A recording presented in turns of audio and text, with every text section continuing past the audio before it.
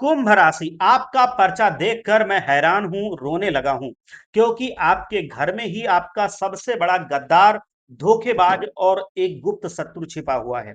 ये ज्योतिषीय यात्रा बचपन की मासूमियत से लेकर के वृद्धावस्था की परिपक्वता तक मैं सारी चीजें बताऊंगा, जिसमें हर मोड़ पर नए सबक और चुनौतियां आपके साथ जो थी या जो होने वाली हैं सब पर चर्चा करेंगे। साथ ही अप्रत्याशित खुशियां भी जो मिलेंगी उनके बारे में भी आपको बताएंगे। आपका बचपन जन्म से लेकर लगभग 15 वर्ष की आयु तक एक शांत और चिंतनशील दौर रहा है। इस अवधि में आपका मन असाधारण रूप से तीक्ष्ण था, बहुत तेज थे आप, जो आपको अपनी उम्र के बच्चों से आगे रखता था। ये आप याद करके देख लीजिएगा। आप अन्याय के प्रति बेहद संवेदनशील रहे हैं अपने पूरे जीवन में, और किसी भी अनुचित व्यवहार को आसानी से भूलते नहीं हैं आप। क्षमा करना आपके लिए एक कठिन प्रक्रिया रहती है, और आप अक्सर उन घटनाओं को याद रखते हैं जहां आपके साथ अन्याय हुआ है।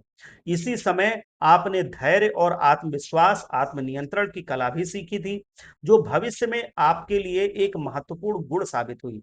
आपने अपनी भावनाओं को नियंत्रित करना और मन की शांति बनाए रखना बचपन से ही सीख लिया है।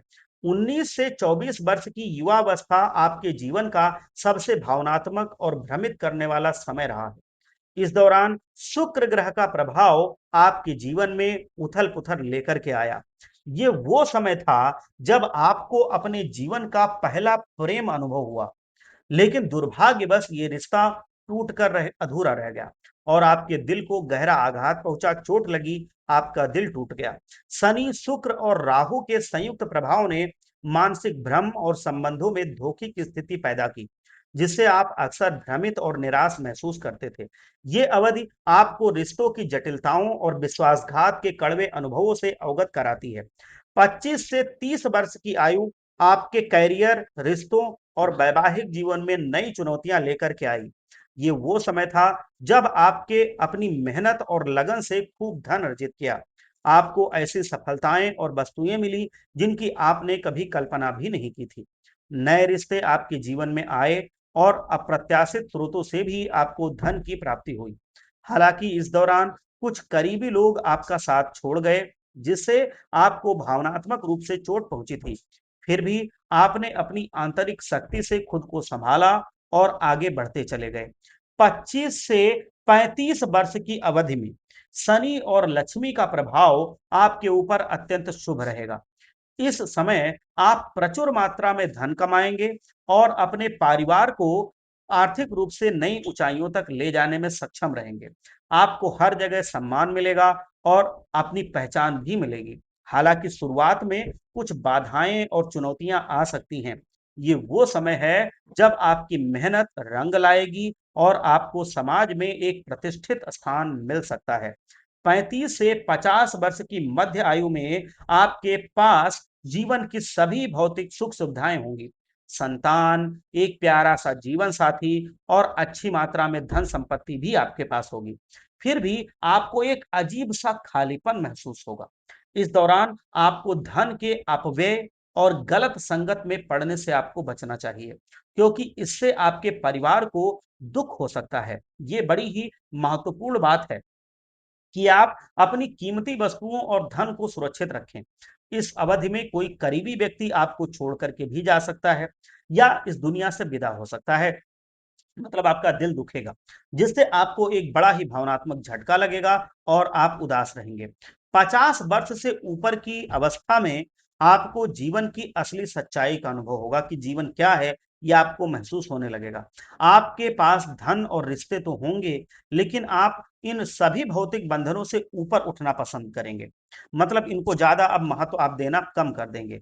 इस उम्र में आपको प्रेम और अपने पर की तीव्र इच्छा होगी, लेकिन अक्सर आपको वो नहीं मिलेगा जिसकी आप उम्मीद करते हैं। इस समय आपको केवल अपने और अपने जीवन साथी के बारे में सोचना चाहिए, और शेष जीवन को शांति और आनंद के साथ जीने के लिए रास्ते ढूंढने चाहिए।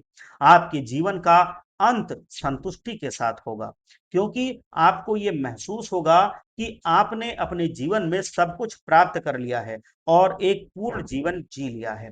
जन्म से ही आपको अपने करीबियों से धोखे का सामना करना पड़ेगा, मतलब ये चीज आपको हमेशा आपकी कुंडली में ही है, आपकी राशि में है कि धोखा आपकी राशि को बहुत ही मिलता है। इसीलिए मैं सलाह ये देना चाहता हूं कि आप किसी पर भी ज्यादा भरोसा मत कीजिए, आंख बंद करके भरोसा मत कीजिए, सच्चाई पर ही भरोसा कीजिए, किसी की बातों के बहकावे में आकर कोई भरोसा मत कीजिए।